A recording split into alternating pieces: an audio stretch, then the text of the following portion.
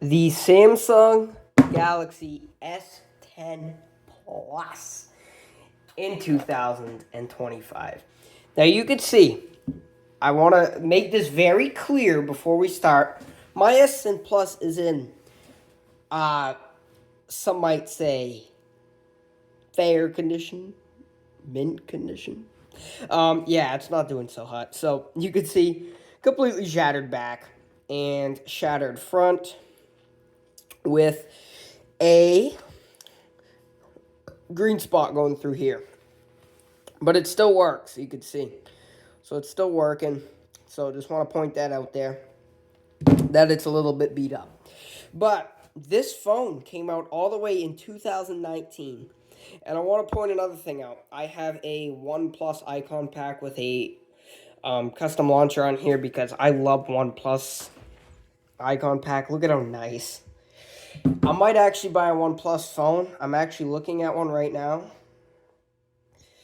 I'm really in the OnePluses right now. This is an N200. It's just one of their budget phones, but it's super nice. I love those phones. I never had a OnePlus, and I want one. But you can see, yeah, you can tell it's a 60 hertz screen. Let's look at the back here. So glass back, obviously. We have a kind of camera bar like Google Pixels. So you can see we have a triple camera setup with a light and actually a heart rate sensor. Samsung branding S10 Plus. These sides are made out of stainless steel, so they look really nice. We have a power button. We have volume and a Bixby button. Up top, we have our SIM/microSD card slot, our mic, and towards the bottom, we have our headphone jack, last headphone jack on an S series, our 15-watt USB-C charging port, our mic, and our 1 out of 2 dual speaker systems. So, in the front, we have a curved display with a dual camera setup up here. Now, we're going to go more in depth with that later, but I just want to tell you this phone looks absolutely stunning. Like, it's beautiful. This is my favorite looking phone by far. Like, the newer S series looks fine, but it's really not like this. This looks super good. And I know Motorola has their Edge series here like this, but they look fine, they feel fine, but they're not premium like this. This is like so much more premium. This is aluminum, but it's not stainless. And the screen ain't as nice. This is a very nice color accurate screen. It's super beautiful. And I love this stainless steel. It's a beautiful phone. It really is. And it's thin. Like, it's really thin. It wouldn't bend on you either because it's stainless steel and glass. But, yeah. Pretty scratch resistant, too. The screen's pretty, it has Corning Gorilla Glass 3, I believe, in the back also. Side of stainless steel. So those are going to scratch up pretty easily. I don't really care if I scratch up this phone. Yeah, you can see. But it's not bad. Like, I just scraped that pretty good. And look, there's like nothing that happened to it. So, yeah. Very nice build quality. Very nice build quality. For software here, if I head into settings and I go to About Phone and software information, we are stuck on Android 11. Do the little Easter egg there. We're stuck on Android 11. Now, most people's got 12, but unfortunately, mine will not update to 12 for some odd reason here. You can see I'm checking for updates. It's up to date from 2021, which is not right. It's supposed to get Android 12.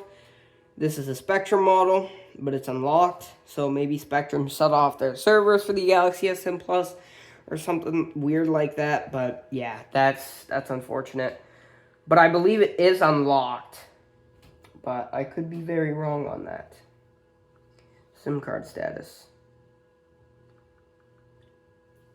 It just says not available, so maybe that means unlocked. I'm not sure, but anyways, I love the OnePlus icon pack. Look at how good this phone looks with the OnePlus kind of OS on it.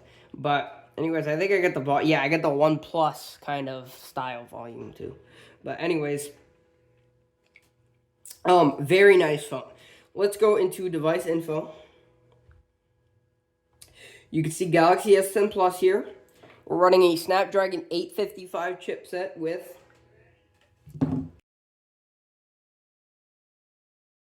coupled with 8 gigabytes of RAM and 128 gigs of storage. This flies, especially on Android 11. You can see how fast this is. It's actually fairly smooth. It lags a little bit from time to time, but it's not too terrible. It's not like a newer budget phone would act. It's actually pretty smooth. And Snapdragon 855 just flies through. So let's look at the Geekbench score. It's this Bixby kind of. You could see it's not a good score whatsoever. Not at all. Because if we look, I know this is a weird comparison, but this is a Galaxy S22, which I've been loving. Where's Geekbench? Right here. You can see we're getting a better score. But it's not a huge difference. What would this be comparable to? Let's look at the Moto Edge, because this is a kind of this is a mid-range curved display phone. Let's go to Geekbench on this, and let's see what this kind of compares to. If I can find Geekbench. There it is. That's pretty comparable. That's very comparable. So a newer mid-range phone it's kind of compared to, which isn't bad. Like, it really ain't that bad. And my A35, which is in my other room, my A35 scores a little over this. So it's a little below average, but it's not terrible at all. So yeah, not bad. Screen super good. It's a 1440p wide color gamut. It's only 60 hertz, but it's AMOLED and it's 1440p and it's curved. It's a super beautiful screen. Now 60 hertz, it ain't like 60 hertz on pixels. It's actually not a bad 60 hertz. It's actually pretty smooth. Like when you're scrolling like this, it's pretty bad, but it's not Pixel 6a bad. You know what I'm saying? So I love the curve on this screen. It looks super good. You can see how nice that is. It's a really beautiful screen. If it had 90 or 120 hertz, it'd be so much better, but it's fine how it is. So that's that. The camera, 12 megapixel, and I actually am not sure about the cameras. Camera specs on the Galaxy S10 Plus. Alright, so 12 megapixel main, 12 megapixel telephoto, and 16 megapixel ultra wide. That's good. And for the front, we have a 10 megapixel main lens and a 8 megapixel depth sensor for portrait mode. So basically, it's supposed to be one camera, really, because this other camera doesn't do much.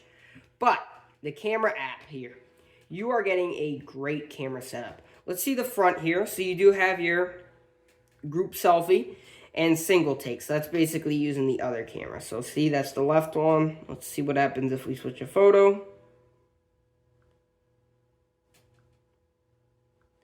Still the left one, I think. So let's change to single take. Shot types. Well, it basically just helps out with the photo, is what I'm thinking. I'm not sure, but... Alright, so we have an ultra-wide here. So 16 megapixels, 12 megapixel main, and 12 megapixel telephoto. That telephoto looks rich. So let's just test out all three cameras here. So this is going to be our 16 megapixel ultra-wide. You could see super rich detail here. This is going to be our 12 megapixel main. This is a beautiful photo. Look at how nice. And that's our 2x 12 megapixel telephoto. That is absolutely stunning. It's a great camera. It's super good. It only zooms in 10 times. You can record up to Ultra HD 60, but with, your telephoto and everything and your ultra wide, it has to be 30 FPS. And we have all these other modes. So, wait, did I hit single take? Oh, so I meant to do portrait mode. Okay. So this should use the other camera here. No, it's still using the...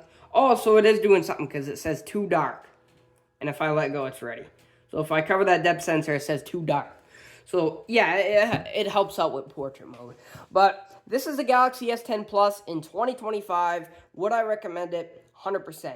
If you want this as a nice secondary phone or even a main phone, this is going to be a great deal. It's a little behind on Android updates, but just install Microsoft Launcher and put a OnePlus 14 square icon pack on here, and it'll be beautiful. So, thank you guys for watching. Comment, like, subscribe, and I'll see you in the next one. Let's take a thumbnail here.